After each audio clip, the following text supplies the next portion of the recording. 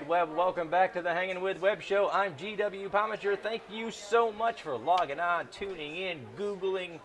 I don't even know how they get here anymore. Sometimes they just say it's a Siri. Ask Siri. Say, hey Siri, watch the Hangin With Web Show. That's how you do. Do that. We're here at the International Christian Film and Music Festival in Orlando, Florida. We are on world famous International Drive. And we are hanging out with our good friend, filmmaker Sue Dontell. How are you doing, Sue? I don't tell.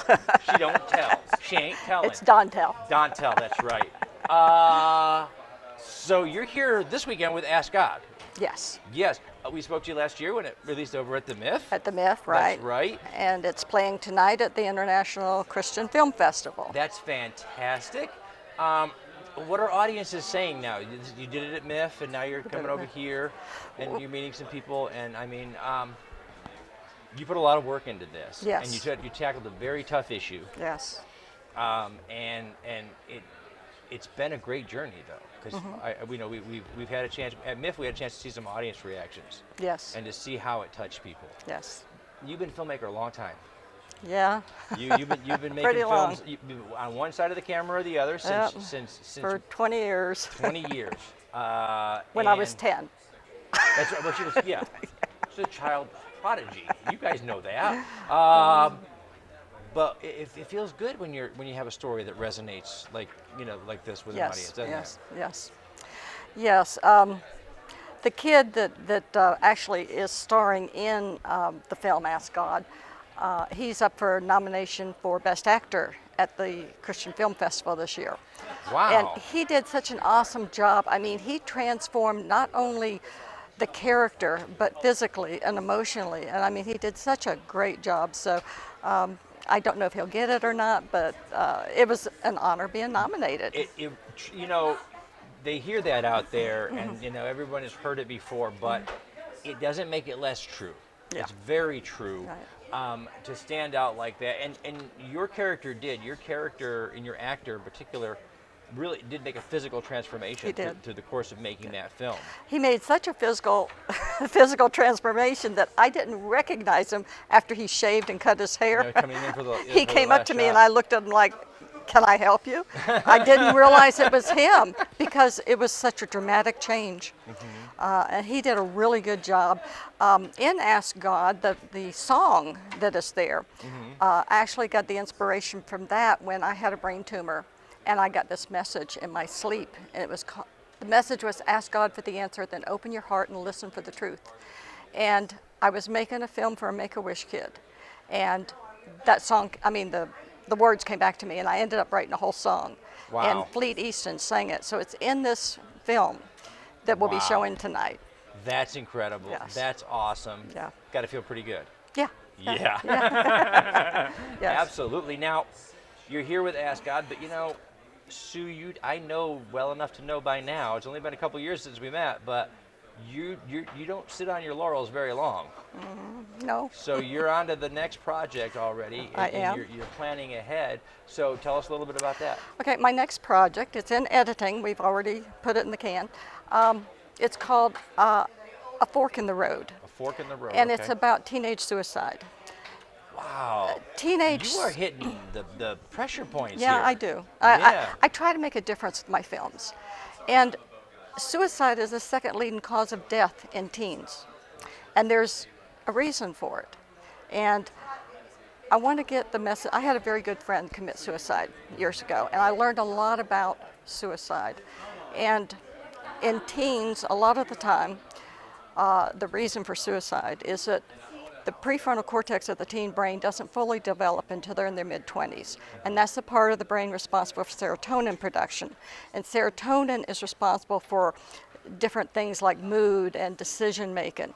And so they don't have the brain development to make sound decisions. So in my film, A Fork in the Road, it gives all the facts, or not all the facts, but a lot of the facts about suicide, and that there's help and hope, and to try to get the information out there to people. It is important because a lot of people don't realize several things throughout the course of our lives. As we grow up and we live our lives and we grow older, etc. If we're lucky. Yes, if we're lucky.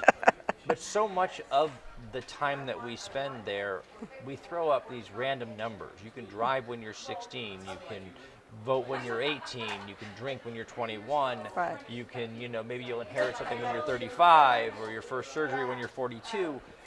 These are arbitrary numbers. Right. And what we often lose sight of is that our bodies and our physiological development is happening at a much different rate, and at a much more precise rate. And if we don't pay attention to those cues, we often leap things onto kids thinking, well, you're big enough to be adult-like, so you should handle these adult situations. But Or they you're- don't. But it's Right. not the truth. No. The reality is that there's so much happening. Right. And so, there's, without understanding those facts, it's almost impossible because, I've raised all of my kids so far, and so we've seen that, different kids do things at different ages. Right. Behaviors aren't always indicators of development.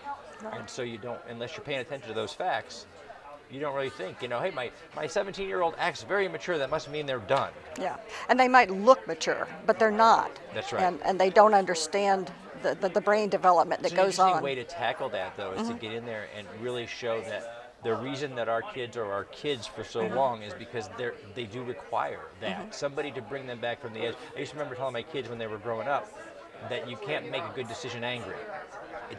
It's physiologically impossible to make a good decision Right. when everything you're doing is coming from back here in the brain. Right, This isn't right. working. Right. So the only way to make a good decision is to get calm and to get passive. Right. Let that serotonin do its job. Yeah. When And the they're- thing is, that drinking alcohol decreases serotonin. Yes. And so the people that are already depressed and then they drink alcohol, that decreases the serotonin even more. And so, and it leads to poor decision making. And it really does. It's really hard. So, okay, you've done a lot of films in your career, and for A Fork in the Road, Yeah. you tackled a really tough issue. I mean, this is something. I know everybody will remember Netflix a couple of years ago when they aired 13 Reasons.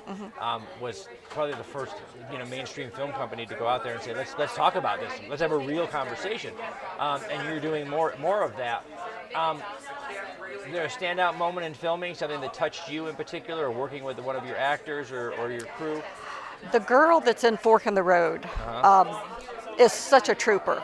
She came all the way from Tampa to Cocoa to film. She came over for the audition. She came over for pre-production to go over the script and to get her wardrobe and to do some pictures that we had to do beforehand and the poster and everything. Then she came back 4 days for filming. I mean, Wow. she's such a trooper, and she always had her lines down. She was great. She did a really good job. MVP for the next coming movie. That's awesome. Yeah. It's great to see when the team comes together like that and somebody commits themselves as much to your vision as you have. That's an amazing, amazing moment. You have your actors nominated for Ask God here at this film Yes. festival. Okay, and you're showing tonight at 8 o'clock. 8:25, I believe. 8:25, Yeah. that's right. If you haven't seen Ask God, Sue's on the film festival circuit, and I'm sure that it'll be out there and available soon for everybody to download on the internet somewhere. She'll find a way to get you the message. It's a great message.